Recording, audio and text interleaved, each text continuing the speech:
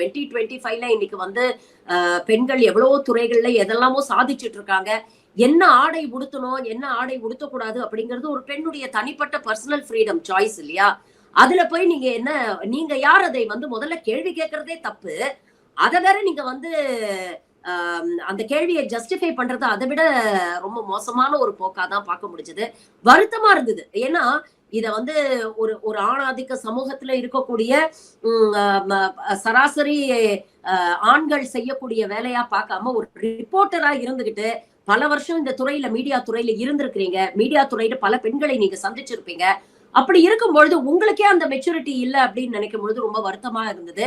அதே கேள்வியா அதே மேடையில சாய் தன்ஷிகா இருந்தாங்க. இந்த பெண்ணை விட இன்னும் ரிவீலிங்கா அவங்க க்ளோத்ஸ் அவங்கள வந்து டோட்டலா ஆஃப் ஷோல்டர் ட்ரெஸ் போட்டிருந்தாங்கன்னு நினைக்கிறேன். அந்த அந்த நிகழ்ச்சியில் அந்த சினிமா படத்தோடைய அந்த விழாவில் பார்க்கும் பொழுது அந்த ஹீரோயின் இருந்தாங்க. அவரை நோக்கி ஏன் இந்த கேள்வியை கேட்க மாட்டேங்கிறீங்க? இதே வந்து ஒரு சீனியர் ஆங்கர் யாராவது திவ்ய தர்ஷினியோ இல்ல அர்ச்சனாவோ இல்ல பிரியங்காவோ இருந்திருந்தா இந்த கேள்வியை நீங்க கேட்டிருப்பீங்களா? இல்ல த்ரிஷா இல்ல நயன்தாரா போன்ற நடிகைகள் பிரபலமான நடிகைகள் இருந்தா கேட்டிருப்பீங்களா?